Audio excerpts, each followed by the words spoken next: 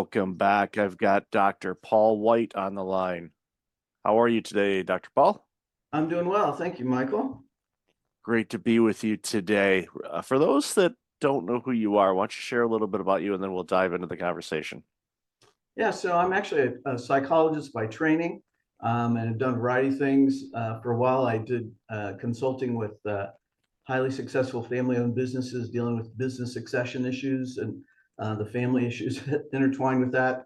And that led to the opportunity to co-author some books with Dr. Gary Chapman, who wrote the Five Love Languages, and he focuses really on personal relationships. And we've applied the five languages to work-based relationships and workplace culture, how to help make workplaces positive and healthy. So that's sort of the focus of what we do now. It's very, very important work, and we've seen the aftermath of organizations that don't focus on the well-being of their employees, uh, whether it was the Great Resignation, quiet quitting, the whole hybrid work, remote work, in-person discussions that continue, well after, we've been 4 years since the COVID pandemic happened or started. And there's still just a lot of discussions around it. And I think one of the missing components from it is just, there's a disconnect Yeah. between organizations and employees. And that disconnect seems to get more and more stronger as time goes on because people aren't having the conversations that they need to have. Yeah, I think one of the things that the COVID pandemic either taught us or brought back to our awareness was that, employees are people and we have lives beyond work, and our lives outside of work and work intertwine, sometimes one way, sometimes the other. And if we don't pay attention to that and we just focus sort of on employees as work units or production units and look at the output, we're really going to go down a wrong path that's going to create some problems for us. Yeah, I've seen it all the time, especially with people that are burning out, whether it's the leaders or the employees or everyone in between. There's a lot of it due to just, again, goes back to communication, but it also goes back to, do I feel valued? Do I hear or do I feel heard? Are my contributions actually making a difference in this organization, or am I just a number, Right. or a cog? And people want more than that. And the argument is, well, your work helps you do the things in life you want to do outside of work. But Wow. think about it, the most consecutive hours of our day that we are awake tend to be in a work setting. Yeah. So I don't want to be this robotic thing and just like I don't care. I'm just going to go and do my thing because I've been in that mindset, not often, thankfully, but I've been in that mindset before and it's not healthy. It doesn't make me feel good. It doesn't make me feel motivated. It actually just makes me feel worse. Yeah. I'd much rather have the groove of getting some work done and accomplishing some things and having some conversations around things or just learning, being observant of what's going on in the workplace. And when I've been in environments that allows that to happen, uh, those are great organizations to be a part of. Yeah, and one of the things, especially now with more remote and hybrid workers, one of the things we do research along the way, and we did research pre-COVID, during, afterwards, and one of the things we learned about remote and hybrid workers is you really have to be proactive in interacting at a personal level. And that's actually one of the things that we found that made a difference is that people that survived really that early sort of traumatic working from home and away from things better than those that didn't. They stayed connected with their colleagues, not necessarily their supervisor. It was proactive both ways. You had to sort of, initiate, and it was at a personal level. That it wasn't just about, how's the project going, but how you doing? Are the kids playing soccer yet? All that kind of stuff. And so, interesting. I'm a psychologist, and people say, "Oh, it's touchy feely," and then we talk about the word appreciation, and people sort of think, it's just the goal is to make people feel good, and that's nice and we'd like that to happen, but actually we have tons of research. And in our book, The Five Languages of Appreciation in the Workplace, we've got, I don't know, over 50 research citations that show how when team members feel valued and appreciated, good results happen in the organization. And I sort of use the image of oil in a machine. You know, you've got machine, an engine that's got parts working together. It's got friction, heat, sparks. It gets stuck if there's no oil. And really, appreciation is sort of like the oil. It helps make teamwork go better, positive results. We know productivity goes up, profitability goes up, customer service ratings go up, turnover goes down, which is a huge issue now. So it's practical, you know, and when and also there's less conflict and less sort of irritation over stupid little things that people can get chippy about, you know, whether it's the size of their monitor or parking spot or whatever. When they feel valued, those things sort of slough off. So Yeah, it's important, and we're roughly, I'm not going to ask your age, but I think we're in the same ballpark as age. And growing up and working early in my career, and actually throughout my career, there's been a ton of people that I've worked with that became really good friends, right. and I sense that that's not necessarily as common over the last couple of decades, which I find in a way kind of weird. Just that's just an observation. I have not done any studies or Well, the research on it. research, you know, on loneliness is huge, right? And people feeling disconnected. And so you're right. Your observation is right, that's going on. And I think the remote aspect adds to that. And one of the key components right now of sort of workplaces that are doing well is they're helping teammates, colleagues get stay connected at a personal level. Um, you know, a lot of people, a lot of leaders have misconceptions about appreciation when they hear first is they sort of confuse it with employee recognition. And employee recognition, when it's done right, you know, can be a good thing, but it's largely about performance. I mean, reaching goals and so forth. We really believe that appreciation is about the person in addition to performance, that we have value beyond just what we do and produce. And people feel that. I mean, they know when they only hear positives when they're reaching their goals. What happens, you know, when external circumstances affect their performance that out of their control, they cease to, you know, not have value. So that's a key part. Like I said, the goal isn't necessarily make them feel happy. Another thing that's changed over the years is that in the old days, when we were younger, you know, recognition and appreciation was really focused between the manager, supervisor, and the worker. There was sort of a top-down kind of thing. Now, younger employees really focus more on peer and collegial relationships. That, yeah, if they get along with their supervisors, fine, but it's really more important that they hang out. And so that's a key piece to make things work well.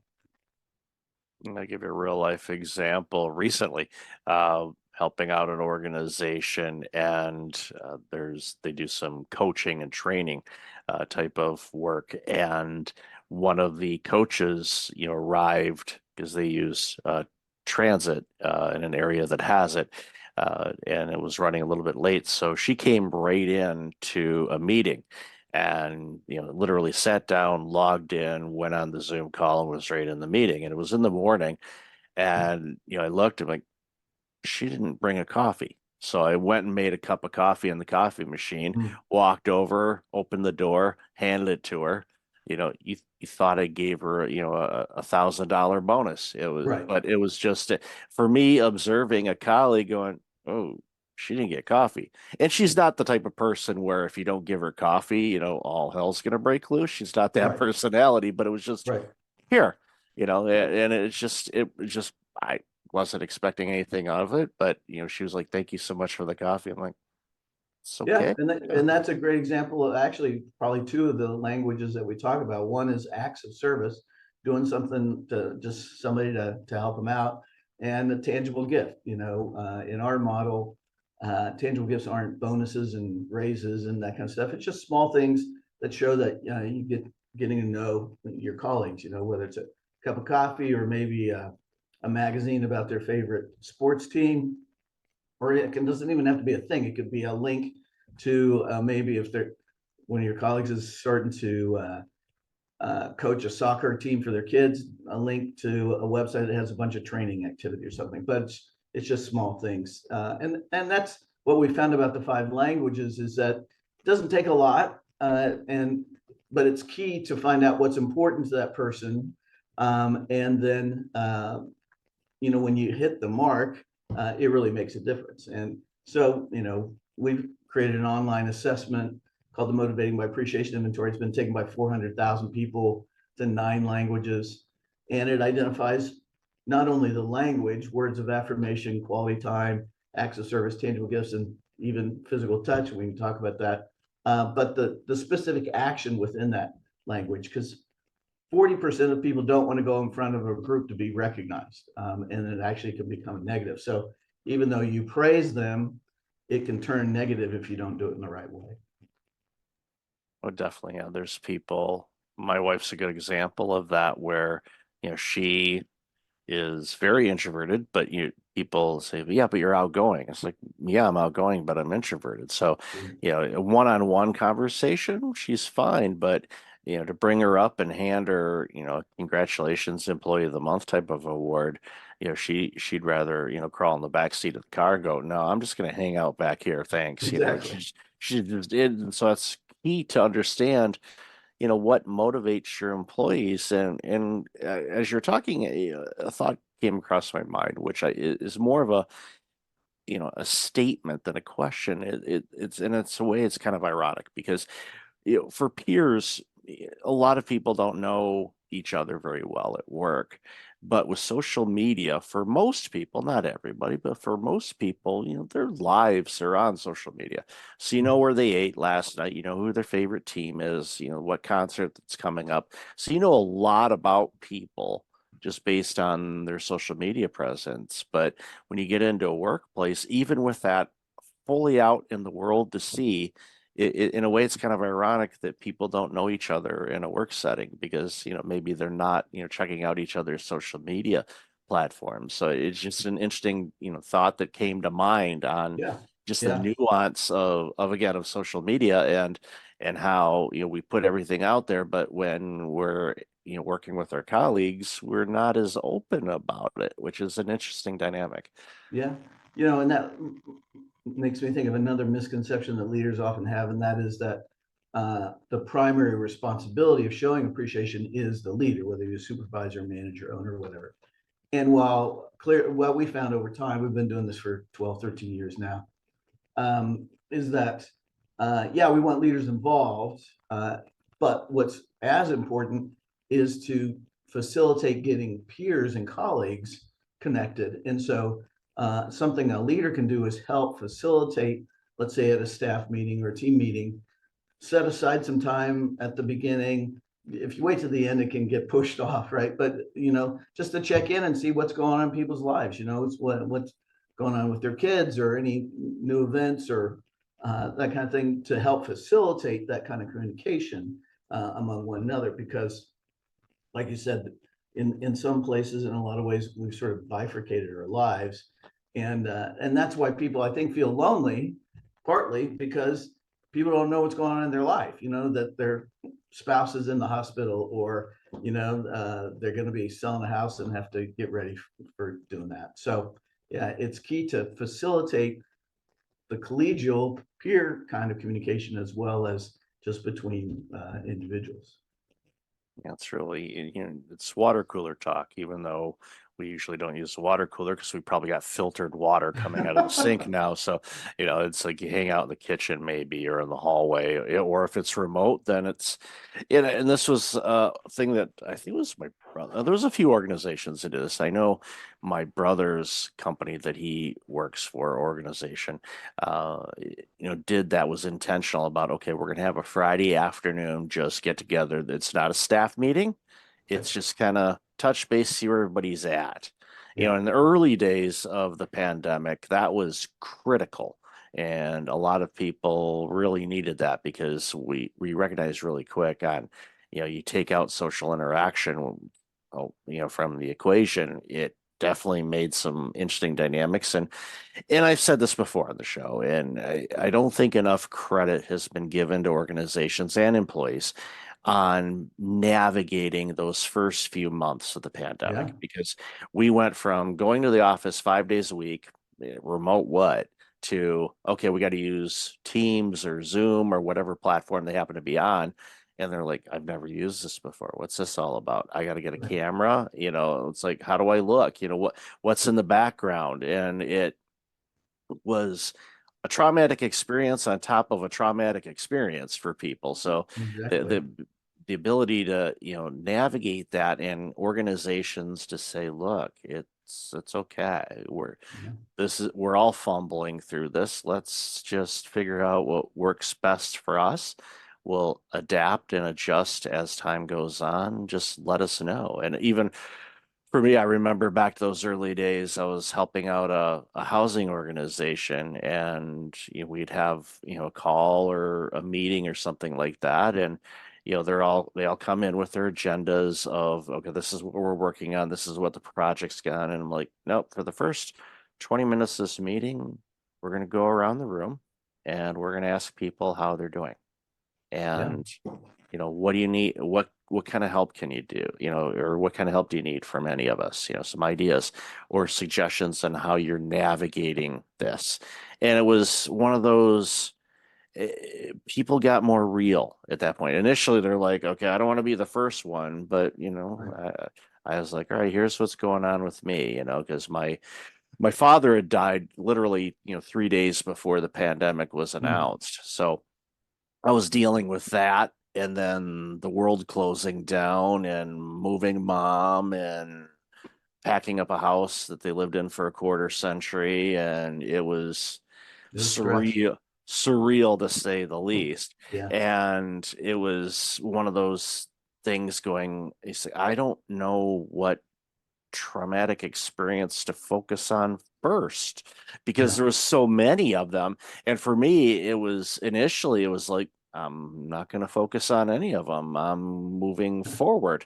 i, right. I got to deal with what we have right now. I'll take time and grieve and do whatever we need to do when the time is right. When I need to do it, I'll do it. But it was just such a surreal time, and sharing that allowed people to open up and share even the frustration of not being able to fly overseas to go see family, or just all of those things. It made some teams a little bit more human. And I Yeah, think that's where absolutely. those love languages that Gary, so eloquently wrote about. I'm frightened how old that book is. It's like, how in the world can that be that long ago? Right. But but it's a timeless book, and I think Yeah. that speaks, and as is your book, it's timeless. Yeah, It's that's one of the things that's been interesting. I mean, because most books don't have a real long tail. We've been out 12, 13 years, sold 600,000 copies, 24 languages. We still sell 3,000 a month, which is more than what most business books sell in their lifetime. And so the obviously the issue of people feeling valued and appreciated is there. And with the remote part, in fact, I just did a series of 6 videos that are on our YouTube channel. It's Appreciation at Work is the YouTube channel, or you can look for me on remote employees and understand. We did some research about, first of all, not all remote workers are the same, right? I mean, you got some that work, across the country or across the world. Some are in the same, city. How many days they work remote, their position, and so they're not a unitary group. So you got to figure out what the specifics are. But what they like about remote work, obviously, is saving time and money for commuting. But the two main things they don't like are a sense of loneliness and disconnectedness, and then the difficulty in connecting with colleagues, just for those sort of spontaneous chats where you just have a question that you want to ask somebody that they know what's going on. So um, and we've created actually a remote version of our inventory where the actions can all be done remotely. And we can figure out how you want to do this in the show notes or whatever. But if people email me. I set up an email, just yes, Dr. Paul at gmail.com. I'll send them a sample report of the inventory so you can see what it looks like. And also we can create a group summary for teams so you can see what your teammates like, not only the languages, but the actions and then what they don't like so that you don't accidentally make a mistake as well. That's beautiful. We'll definitely have that included in the show notes. So, in closing, I always ask this question. It's an unfair one because, we're both old enough to remember, where do you see yourself in 5 years? It's like I can barely tell you where I'm going to see you in 5 minutes, much less 5 years. But it's like, yeah, I know where I'll roughly be, probably in the same spot. But at the end of the day, it's like because of the research you've done all these years and all of that, where are you seeing some trends of where you think things are going to go, over the next bit, Yeah. especially with the multiple generations and the workforce that we're seeing now. It's an interesting dynamic to see all of the different flavors of individuals and their needs, which can vary, and not to pigeonhole anybody, but certain generations tend to be a certain way versus others. But I've seen baby boomers, aged employees that act like what you would see in a Gen Alpha type of Yeah. situation, even though they're not necessarily in the workforce yet, but really close. But so I'm just curious your thoughts on that. Yeah, a couple of things. One is that there are some generational trends. Um, One is that the younger the employee, the more likely they prefer quality time. Although across the board, every generation prefers words more than any other language. As a total group, 46%. So it's less than half. So one of the takeaways is if you only use words, which is what people think of when they hear appreciation, typically, you're going to miss over half of your team. So it's important to understand that there are other ways that people want to be shown appreciation. But quality time goes up, although it's still second or about equivalent to words for younger employees. But I think an important issue as we have more and more and continue remote workers and even totally virtual teams is that there's new neuroscience that's showing that the quality of interaction between people when they're in the same room face to face is significantly different than when we're interacting online, and that there's better understanding, better communication, better empathy, uh, when you're together. And so I really encourage, and I'm seeing, because I work with some, multinationals, that teams need to get together at least occasionally, once or twice a year. And maybe if you can't do everybody, parts of teams, but to only know somebody virtually and only around work is going to lead to more miscommunication, mistrust, and things won't go as well. So I think leaders really need to sort of think about, okay, how can we pull people together, and that as you get older, I don't know if it happens as much, but when you retire, or some kind of award, you get some kind of thing. Well, 7% of the population choose tangible gifts as the main way they want to be shown appreciation. And so, especially older ones, it goes down to 2%. It's like, I don't need another thing to sit on my desk, but they like to hear how they've impacted other people's lives and been beneficial. So I think those are important to keep in mind. Definitely. Yeah, and it's going to be an interesting dynamic to watch as time goes on. So, Dr. Paul, I love this conversation. Where can people find out more about you and all this amazing work you're doing?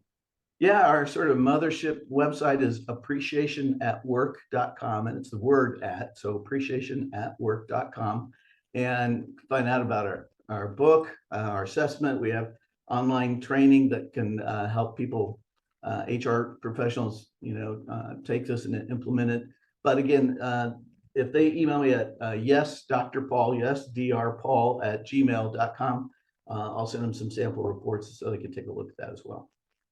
I appreciate that. And I'll definitely have that in the show notes. So, Dr. Paul, thank you again for this amazing work you're doing and for your time today. I really appreciate it. Yeah, thanks for the opportunity. I appreciate it, Michael.